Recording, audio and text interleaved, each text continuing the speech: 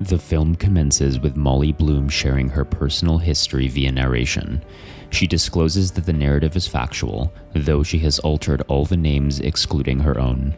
We witness her at the Olympic ski trials, the paramount day of her life. Larry, her father, is there observing her.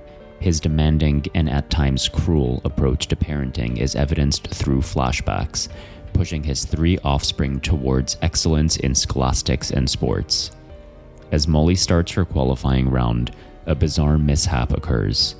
A pine bough, laid by officials for visibility, has frozen solid, causing her skis to detach and leading to a horrific fall. Molly lies motionless on the snow. The narrative leaps forward to the current timeline. Molly, asleep in her LA apartment surrounded by copies of her authored book, is arrested by the FBI for operating an unlawful gambling organization. She defends herself by stating that she hasn't facilitated a game in 2 years.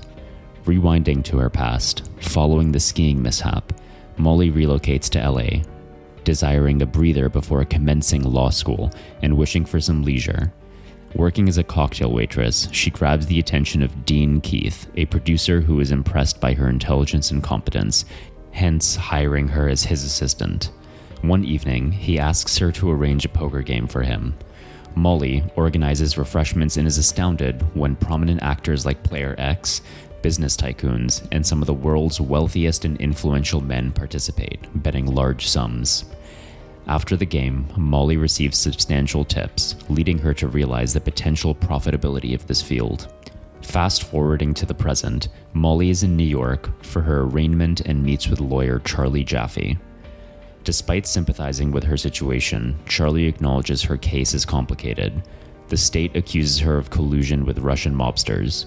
Molly counters that the mobsters were merely players in her games with no deeper involvement.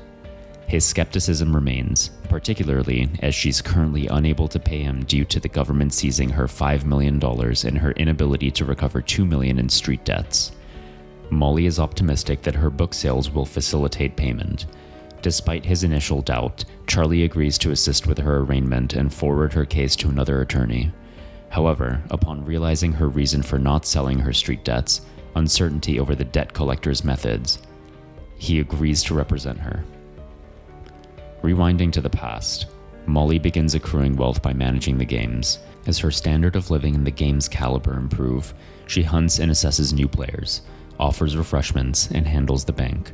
Eventually, Dean Keith asserts Molly's earnings from the game are sufficient, and he would cease paying her as his assistant. He insists that she must remain his assistant or he would usurp the game. Defiantly, Molly seizes control of the game, relocating it to a luxurious hotel, and invests more in enhancing its prestige. Eventually, Player X showcases his malevolent side, admitting to enjoying ruining other players. When Molly confronts him, he hijacks the game from her, shifting it elsewhere and excluding her. Molly considers quitting while ahead, but her desire for the game propels her to New York to launch a similar high-stakes game. The game prospers in New York, but when players default on debts, Molly starts illegally extracting money from the pots for self-protection and resorts to drugs to stay alert. Italian mafia members propose a cut in exchange for debt collection. She refuses, leading them to send a henchman who violently attacks her at her hotel. She narrowly escapes further trouble when a mob raid occurs shortly after. Eventually, the FBI raids her game, disclosing that several of her players are linked with the Russian mob. She was unaware of their affiliations. On that day, Molly stopped hosting games and didn't run another for 2 years. Returning to the present timeline, Molly and Charlie converse with the prosecutors. They demand information on mob activities, but Molly has none to offer. They doubt her claims of ignorance. Molly reveals her drug addiction at the game's conclusion had impaired her job performance. Charlie passionately argues for Molly's moral integrity and innocence. In time, the prosecutors propose a deal: immunity and her seized assets returned in exchange for her hard drives.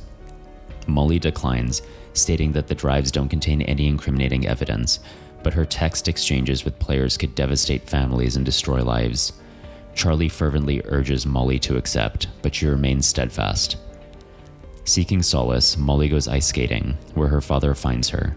He's arrived for her trial. They engage in an emotionally charged conversation. Molly wants an explanation for his past harshness and perceived favoritism towards her brothers. Larry confesses his guilt over an affair Molly had discovered, which led him to act cruelly out of shame. He asserts his love and desire to safeguard her. Molly opts not to surrender her hard drives and pleads guilty in court. The judge finds the prosecution's recommended punishment overly severe, choosing to sentence her to community service instead. Molly celebrates her newfound freedom with her family, unsure of her future path.